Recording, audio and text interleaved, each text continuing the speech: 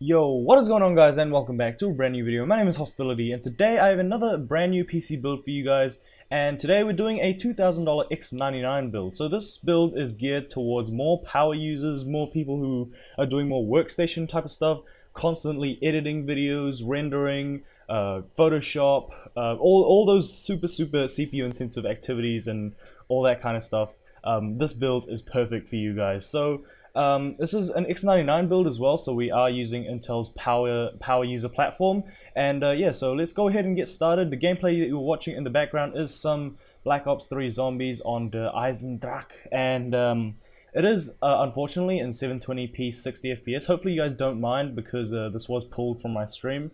But anyways, let's get right into the build. And with the CPU, I've gone with the Intel Core i7-5820K 3.3 GHz 6-core processor. Now, this is probably the base X99 processor, but either way, it's still an improvement on the 6700K actually, because this has 6 cores and also has hyper-threading, so you'd have 12 or 6 virtualized cores and 6 physical cores, which means you have 12 cores. And yeah, it just has more features such as more PCIe bandwidth, all that kind of good stuff that separates it from Skylake. It is clocked at 3.3 GHz and it is overclockable, so we have chosen a CPU cooler for that, and that is the Corsair H110i GTX. And I really do like these Corsair all-in-ones. They get a lot of shit, but they do what they're supposed to do. They get the job done and they keep your CPU nice and frosty. This one is a larger version actually. It is a little bit bigger than the H100i because the radiator is 280 millimeters, which means you'll have more surface area, meaning that your CPU will be a lot cooler than it normally would be if you were using an H100i. The stock fans do get pretty loud though, so you might want to swap them out if you really don't like the noise. Either way, I think it is very worth it because I get, oh, actually it was discounted last week, but now it's a little bit more expensive. But anyways, going on to the motherboard, I've chosen the MSI X99S SLI Krait Edition ATX motherboard. Now, this motherboard looks just absolutely sexy, like the snake on the box and everything. But MSI, they make fantastic motherboards, as like known for their reliability and stuff. Also, they have just those X99 features that SLI enabled. Has like 8 slots of RAM, so you can fit a total of 128 gigabytes of DDR4 RAM, which is insane. Don't think anyone would use 128 gigs of RAM, but anyways, I don't know, just this board has a lot of fantastic features that you would need if you are an X99 power user. Also the ability to overclock, of course. And yeah, overall fantastic motherboard. Obviously you can choose another one that fits your needs if you are planning on building the system, but this is the one I would kind of go for or recommend. Going on to the memory, I've chosen the G.Skill Ripjaws series 32GB DDR4 2133. Now, it is only 2133, but you are getting 32GB of DDR4 memory, which is plenty for all you power users. Step up from the 16GB that is pretty much standard on workstation computers.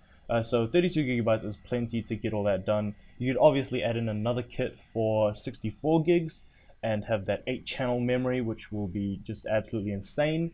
But either way, I reckon this is plenty. It's more than enough for you if you are doing those CPU intensive tasks. Going into the storage, obviously we have an SSD and a hard drive combo, but for the SSD I've chosen an M.2 SSD, and that is the Samsung 850 EVO 500GB M.2 SSD. And M.2 is a lot faster than SATA SSDs, so obviously that's why I went for that. If you're a power user, obviously you're going to be accessing all those programs very frequently, like Premiere, Photoshop, AutoCAD, all those super intensive applications. You're going to need a SSD for them to be snappy and just super fast, so that you can load all your programs and get into working a lot faster. 500GB is plenty of space. You can also put a couple of games on there if you want to load games that you play frequently. And yeah, so overall I think the Samsungs, they provide very good SSDs, and this will be an awesome addition to the build. Going on to the hard drive, I've chosen the Western Digital Blue 1TB, or 3TB, sorry, 3.5-inch 5400 RPM drive. You don't really need all that fancy of a hard drive if you are using it just for external stuff. Maybe if you are workstation use, you might need another hard drive, but 3 terabytes honestly is plenty. That is more than enough. And this is just to put all your extra stuff, like all your media files, music, photos, videos, extra games that you might not need, or also extra programs that you might not use all that often, and just a whole bunch of other stuff. I'm not going to judge you guys on what you put on your hard drives, but there you go. I think this is plenty. And if you need a faster drive, obviously you can upgrade to a black drive, or maybe if you need more storage, then you can probably add in another drive. Now, going on to the video card, I've chosen the EVGA GeForce GTX 980 Ti 6GB for the Win Edition video card, and this card is insane. 980 Ti's are just godlike. They are absolutely amazing cards. 6GB of VRAM, that is absolutely plenty.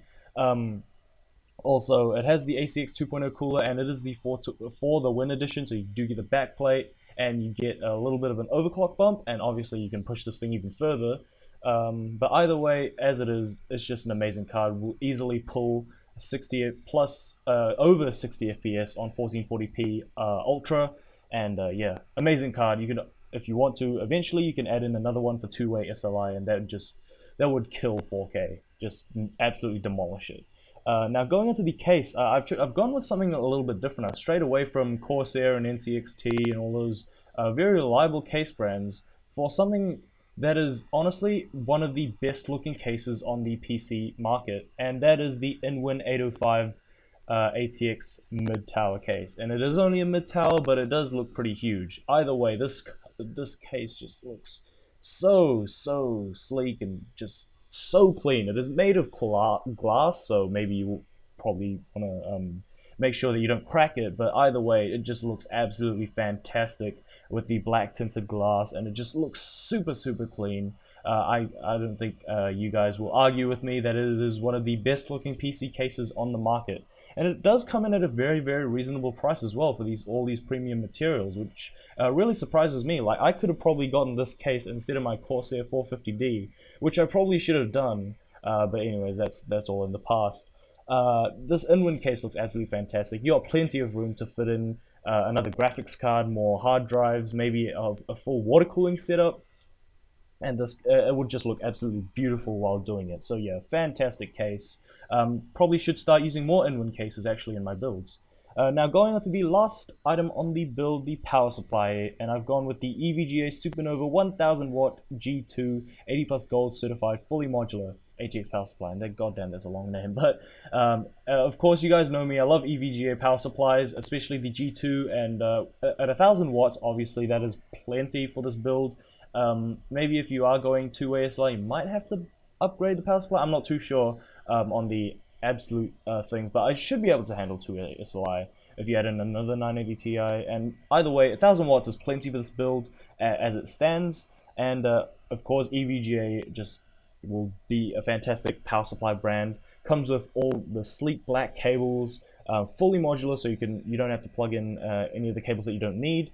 Also, it is 80 plus gold certified, so it is going to be more efficient than some counterparts. And yeah, overall, it's just a very nice looking power supply. Also very practical at a very good price. And it is a tier 1 power supply, so it's going to be less likely to blow your house up. So that pretty much is the build right there. The total as of the 20th of March 2016 is $2,064.69. So there you go. That is an absolutely fantastic SLR, not SLI, doesn't have SLI yet, but it is a fantastic X99 $2,000 build, which will cater the needs of every workstation power user out there who's looking for something not too extreme, but something that will get the job done. Like, obviously you can step up to a 5960X and you can go two-way SLI, you can get Titans, but this honestly is more than enough for all you power users out there. So yeah, let me know what you guys think, if you would change any parts, if you have any suggestions you want to make. Also, I'm probably going to do another whole update video on how I do my PC build videos, so I could get some feedback on there, but that should be coming within the next week. So yeah, that's pretty much the build. That is the video there. Thank you guys so much for watching. If you did enjoy the video, please be sure to smack that like button. Also subscribe, because we are so close to 300 subscribers. Tongue twisted there. I actually killed that whole commentary. But anyways, My Twitter and my Twitch links are in the description below, so if you want to catch me on Twitter, you can hit me up there. Also, I will stream on Twitch occasionally, so you can give me a follow on there. And yeah, so again, thank you guys so much for watching, and I'll see you guys in the next one. Peace out, everybody.